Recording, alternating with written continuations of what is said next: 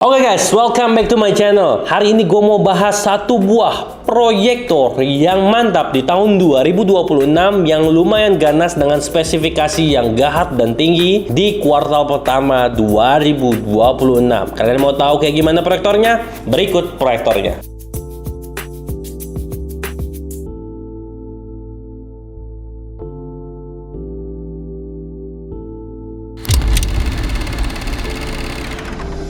Oke, jadi kalian udah lihat proyektor ini adalah proyektor Ezreal EZR4 Pro. Ya, ini proyektor versi dari seri R-an ya. Dan ini proyektor yang sudah menggunakan Google TV. Ya, sebelumnya kita mau bahas nih bagaimana bentuk boxnya. Ini size-nya lumayan besar, gede ya. Ya, tampilannya warna mendominasinya warna hitam dan merah seperti elemen-elemen gaya gaming gitu ya. Mirip-mirip dengan film Tron sebenarnya. Oke, kita nggak usah bahas boxnya, langsung kita bahas ke proyektornya. Dan sebelumnya bandingan proyektornya yang kita dapat dalam pembelian apa aja sih? Untuk bandingannya kalian dapat seperti ini.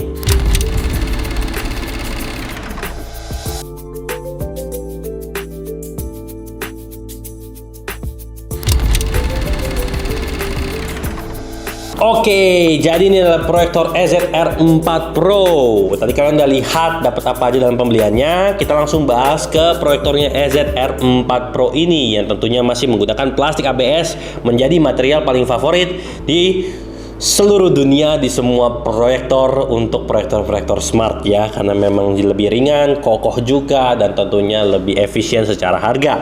Dan proyektor ini kalian bisa lihat tampilannya seperti ini, kotak. Dia punya kaki ya, kaki gimbal ya, dimana kaki gimbal ini bukan dedicated ya, tapi ini bisa kalian lepas pasang, removable, alias kalian adjust sendiri lah mau pakai atau enggak, karena di sini di bawah dari proyektornya juga udah disediain kaki-kaki karetnya. Di bagian depannya di sini covernya ini menggunakan bahan-bahan seperti fabric kain seperti itu dengan lensanya yang lumayan besar ya. Ini lensanya kayaknya sekitar ukuran di 4 incan, dan tentunya juga di sini ada sensor ya, sensor IR ya, IR, dan juga untuk sensor di autofocus dan auto keystone-nya ada di sini, jadi kamera gitu. Dan juga di sini di bagian pinggir-pinggir nih, kiri kanannya ini ada juga inlet sama exhaust-nya. Dan di bagian belakangnya ini terdapat beberapa port, dan tentunya juga ada 2 buah speaker 10 watt setiap speakernya, alias jadi totalnya 20 watt. Ini bakal kenceng banget, dengan ditambah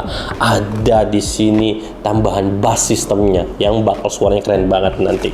Dan di bagian bawahnya sini juga ada exhaust dari si proyektor yang buat ngeluarin panasnya. Nah, kita mau bahas beberapa port apa aja sih yang kita dapetin.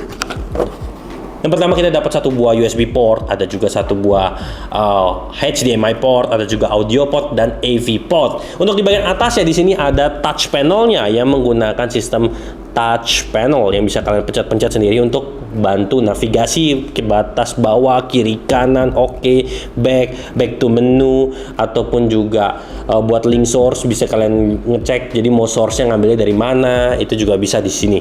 Dan tentunya ada back, ada tombol powernya juga. Dan di sini kalian juga bisa lihat nih untuk tampilan di bagian touch panelnya, ketika kalian pencet di situ dia warna LED-nya adalah warna oranye merah gitu. Keren banget hasilnya. Oke, kita lanjut juga untuk kaki gimbalnya. Menurut gua agak sedikit kayak Hoka Bento kalau misalkan di tempat yang kayak patung Hoka Bento gitu. Kalau misalkan kalian terlalu bergetar-getar, dia kayak kepala kiri kanan gitu. Nah, tapi kalau misalkan kalian udah setup gitu sih steady aja ya, selama nggak ada getaran-getaran. Misalkan rumah kalian dilewatin bulldozer, atau misalkan di tempat-tempat yang dekat dengan gunung berapi mungkin. Tapi so far ini oke-oke aja, dan lumayan kokoh, bisa diarahin ke bawah, diarahin ke atas, dan bisa ditarik juga ke atas. Jadi ini lumayan keren sih untuk kaki gimbalnya. Walaupun memang proyektor ini cukup berat ya, jadi bukan buat ngambang juga dari si gimbalnya.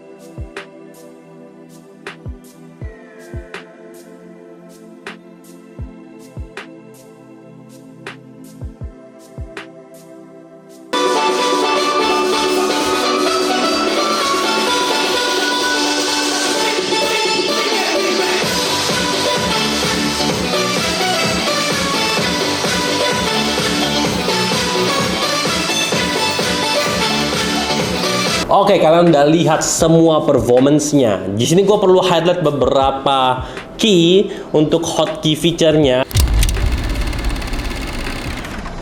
Apa aja? Yang pertama, ini proyektor tentunya sudah pakai Google TV kernel Android 11, dan tentunya semua semua aplikasinya itu sudah certified alias memang dari Google, asli real, jadi bisa diupdate. Nggak usah takut kayak proyektor Android AOSP yang murah maupun yang mahal tapi masih pakai AOSP, biasanya itu suka ada kendala, dan Netflixnya tentunya nggak bisa dipakai streaming sampai 720 ataupun 1080 atau more than that, karena maksimalnya kalau di Android yang AOSP itu cuma di 480p streamingnya. Jadi nggak peduli mau proyektornya Full HD kayak atau apa, kalau untuk Netflix pasti coba 480 kalau nggak certified atau nggak authorized ya.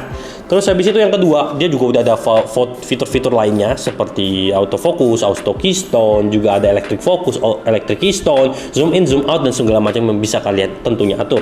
Yang ketiga ada audio setting, picture RGB-nya, mode setting juga ada warm, vivid user, dan yang lainnya.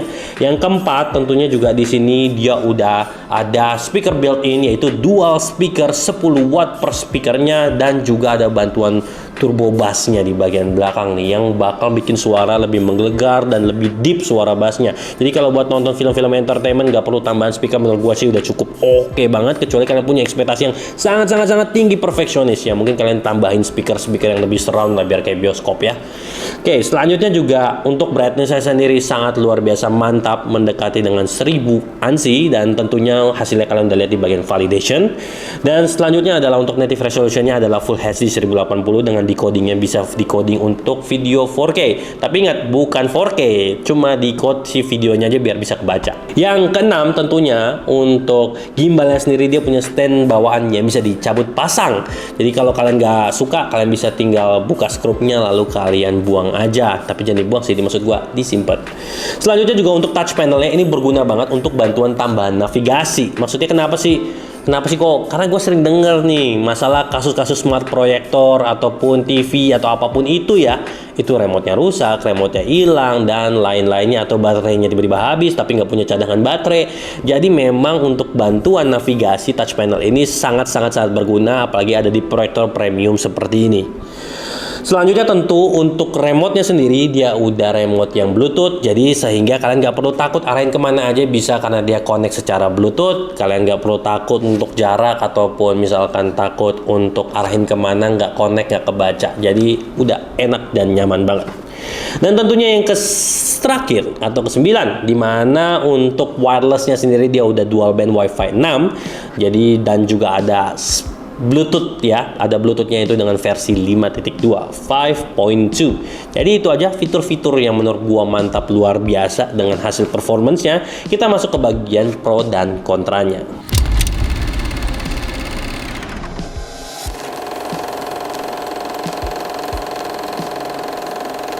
Oke, untuk pro pertama adalah di bagian pro videonya. Untuk video kalian udah bisa lihat tampilannya dia sangat oke. Jadi untuk warnanya sendiri pun dia nggak kayak gambar orangnya pun sih kayak gambar-gambar mayat ataupun gambar-gambar yang terlalu oversaturated ya. Tapi di sini gambarnya itu lebih ke arah nuansanya cool, bukan warm juga tapi lebih ke arah cool. Jadi lebih ke arah warna biru. Tapi juga untuk warna sendiri tetap masih oke, walaupun menurut gua masih kurang merahnya, kurang pekat pas gua nonton pakai film Spider-Man sih sebenarnya. Nah, selanjutnya juga untuk audionya itu luar biasa, nggak gue pertanyain untuk di harga yang diberikan seperti ini ya, hampir 4 juta rupiah. Tapi ini udah beyond my expectation untuk speakernya. Jadi menurut gue oke banget, apalagi buat film-film yang action ya, ini oke banget. Terus selanjutnya untuk fitur-fiturnya sendiri juga melimpah. Untuk UI-nya kenceng, gue udah coba. Tapi untuk pertama kali booting di awal itu memang agak kerasa lemot ya, karena itu kayak ketika lu baru nyalain komputer terus langsung lu pencet ini itu, dia kan kayak baru bangun ya, lu suruh lari kan nggak bisa. Jadi ya lu tungguin lah beberapa detik, berapa menit, setelah itu lu bisa operasikan dengan mudah, karena tunggu dia kayak bootingnya beres dulu lah, beberapa apps dan sistemnya itu biarin dia komplit dulu pas pertama kali kali dinyalain.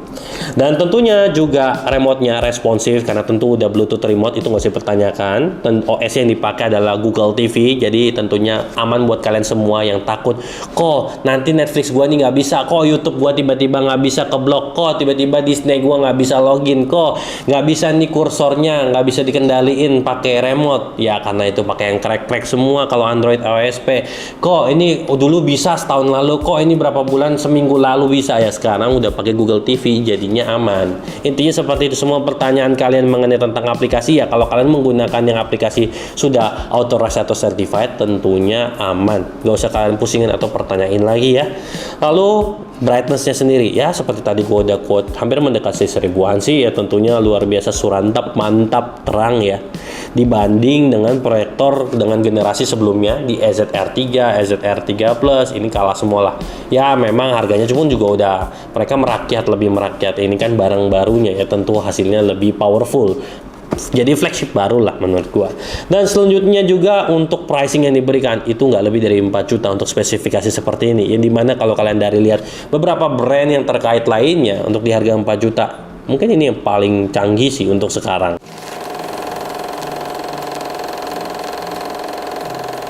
Dan selanjutnya untuk kontranya apa sih? Ukurannya bos, berat, itu size-nya berat. Lalu habis itu tentunya nggak pakai, gue bisa bilang nih nggak bagus lah buat portable lah, kalian bawa kemana-mana ini nggak bagus karena ini udah include sama gimbalnya aja. Hitung-hitung kita cek 3,4 kilo. Ya kalau misalkan kalian mau pakai buat gym itu bisa lah, buat jadiin bantu nemenin gantiin barbel. Tapi kalau kalian buat bawa-bawa, keburu pinggang kalian bengkok ke belakang, lordosis, skoliosis atau yang lainnya. Jadi gua nggak rekomendasiin buat bawa-bawa ke dalam ransel. Udah taruh aja di tempat. Dan selanjutnya untuk latency-nya sendiri, alhamdulillah tinggi banget. Jadi memang kalian nggak bisa pakai buat gaming apapun sih. Menurut gua lu pakai gaming buat apapun lu pasti kalah sih. Tapi ya nggak tahu juga kalau lawan lu sama-sama on, ya nggak tahu, kita random lah. Apalagi udah nge-lag sama-sama on kan pas lagi main. Oke, jadi itu aja menurut gua untuk pro dan kontranya. Sekarang kita masuk ke bagian kesimpulannya. Kesimpulan pertama, proyektor ini tentunya cocok untuk penggunaan semua presentasi dan maupun entertainment, sudah oke, kecuali gaming. Terus habis itu yang kedua, untuk kebutuhan home entertainment ya itu tentunya nggak bisa dipungkiri, sudah sangat memumpuni, ini sangat oke lah. Ini proyektor the best flagship di 2026 untuk sekarang yang bisa kalian beli berdasarkan spesifikasi yang tawarin. Tapi kalau kalian ngomong desain, itu kembali ke subjektifnya kalian sendiri, pemandangan subjektif, ada yang suka ada yang enggak ya. Terus habis itu kalau untuk keadaan terang tentunya cari proyektor yang bisa ngalahin terang di dalam terangnya lampu ya, bukan terang lawan matahari. Susah kalau kalian nyari. Proyektornya mungkin butuh yang 40-30 juta ke atas baru bisa ngalahin matahari kali. Oke, selanjutnya untuk proyektor ini tentunya nggak cocok ya dibuat gaming seperti yang tadi gue bilang. Oke, buat kalian yang memang mau beli ini proyektor, gue udah sematkan tuh link di bagian bawah. Kalian bisa check out lewat situ atau nggak cek dari marketplace aja di Tokopedia, Shopee ataupun di marketplace yang memang tersedia atau di official store dari si Ezra langsung. Gue rasa itu aja yang bisa gue sampaikan mengenai proyektor ini karena buat dari kalian udah nanya-nanya. Dan buat kalian yang memang suka sama ini video, jangan lupa untuk klik tombol like, yang nggak suka dislike aja. Dan mau yang bertanya lebih lengkapnya karena nggak bisa gue jelasin karena terlalu panjang, nanti taruh aja di kolom komentar pertanyaannya, nanti gue akan berusaha balas secepatnya. Dan buat kalian yang mau tahu mengenai teknologi proyektor lainnya, ataupun mungkin nanti kita akan bahas-bahas barang-barang atau teknologi proyektor, bukan proyektor aja ya, tapi maksudnya produk lainnya ya, jangan lupa untuk subscribe dan juga untuk klik tombol loncengnya untuk selalu tahu notifikasi terbaru dari video-video buatan kita. I am Eric and see you in the next video.